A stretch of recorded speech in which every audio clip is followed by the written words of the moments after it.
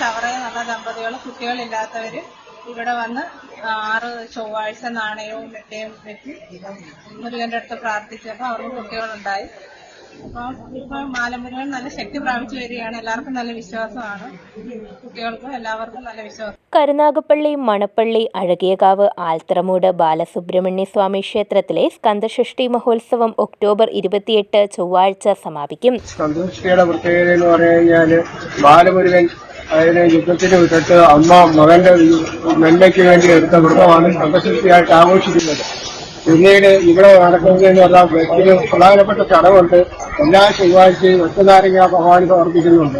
ഒറ്റനാരങ്ങ സമർപ്പിച്ച ഒരുപാട് ഭക്തജനങ്ങൾക്ക് ഒരുപാട് നേട്ടങ്ങൾ ഉണ്ടായിട്ടുണ്ട്.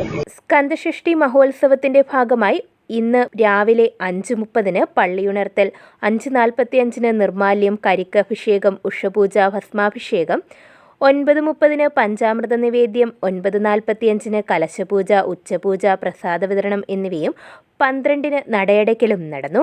നൂറുകണക്കിന് ഭക്തജനങ്ങൾ ചടങ്ങുകളിൽ പങ്കെടുത്തു. News bureau, Karunagappally.